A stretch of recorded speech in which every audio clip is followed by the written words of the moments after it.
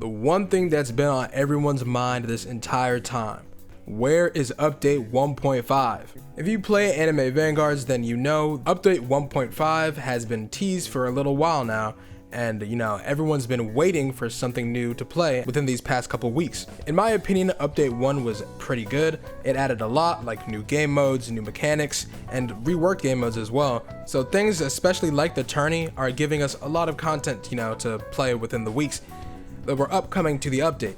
However, recently, it's starting to become like a lot more apparent that people are getting a lot less patient because we've been waiting on this update for a little while now. Normally I'm one to take the dev's side and cut them some slack just in case the community is overreacting, but at this point I definitely can agree that it's been like way too long. I'm going to be waiting on my deathbed by the time update 1.5 releases. But aside from all the jokes, today we've gotten a little update on how their progress has been going and like the reasons of why nothing has come out and why they haven't been saying anything.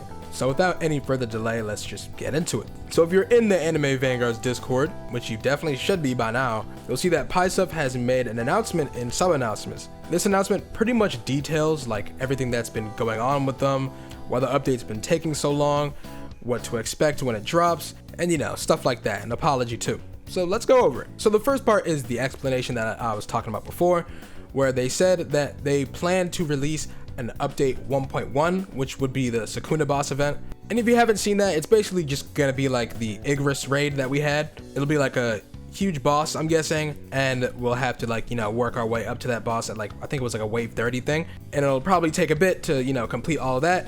And while we're doing that, then there will also be a much bigger update 1.5 later on. Evidently though, that didn't go to plan, and there was some issues along the way. Paisuf lets us know that some of the developers that they had commissioned back when they said that they had doubled their developer team actually ended up not doing their task on time, which forced them to push their scheduled release back. And I don't really blame them. Like as I said before in another video, that it's definitely expected for commissioned devs to work slower than like devs who have been a part of the team for a long time. There's a lot less cohesiveness.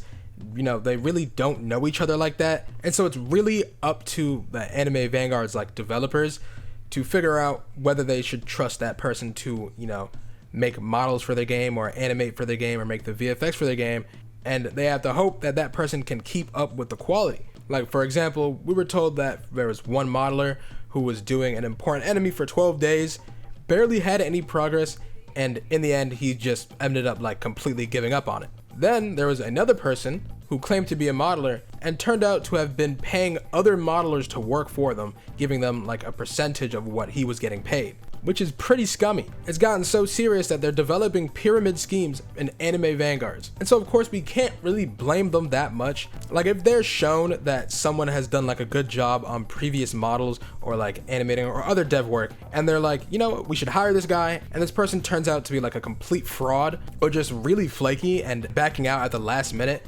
causing problems for everyone, they can't really foresee that. Unless this person has an atrocious public reputation already, then at that point maybe it's their fault for not looking into it.